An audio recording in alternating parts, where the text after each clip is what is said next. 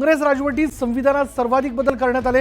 इंदिरा गांधींच्या राजवटीत संविधानात 99 वेळा बदल करण्यात आलेत। मात्र देशाचे संविधान इतकं परिपक्व झालं आहे की या संविधानाची कोणी छेडछाड करू शकत नाही आणि या संविधान कोणी बदलू शकत नाही। त्यामुळे संविधान बदलण्याचा आरोप करणं बंद करा असा टोला मुख्यमंत्री देवेंद्र फडणवीस यांनी विरोधकांना लगावला।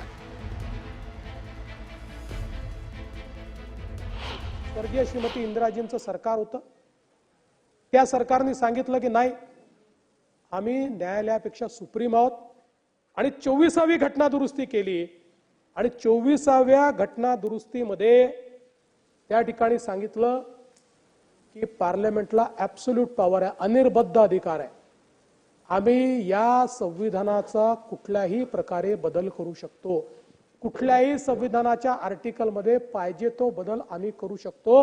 म्हणजे गोलकनाथच्या केसमध्ये जे सर्वोच्च न्यायालयाने या ठिकाणी निर्णय दिला होता तो त्यावेळच्या इंदिराजीच्या सरकारने पूर्णपणे उलट केला आणि सगळे अधिकार हे पार्लमेंट करू शकते, सरकार करू शकते, अशा प्रकारे त्यांनी केलं।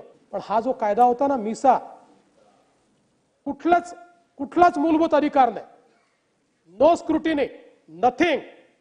मला वाटलं जितेंद्र आव्हाडांना आत्ताच्या आत्ता जेलमध्ये टाकायचं आहे, तर तेव्हा टाकू शकत होतो, आता नाही।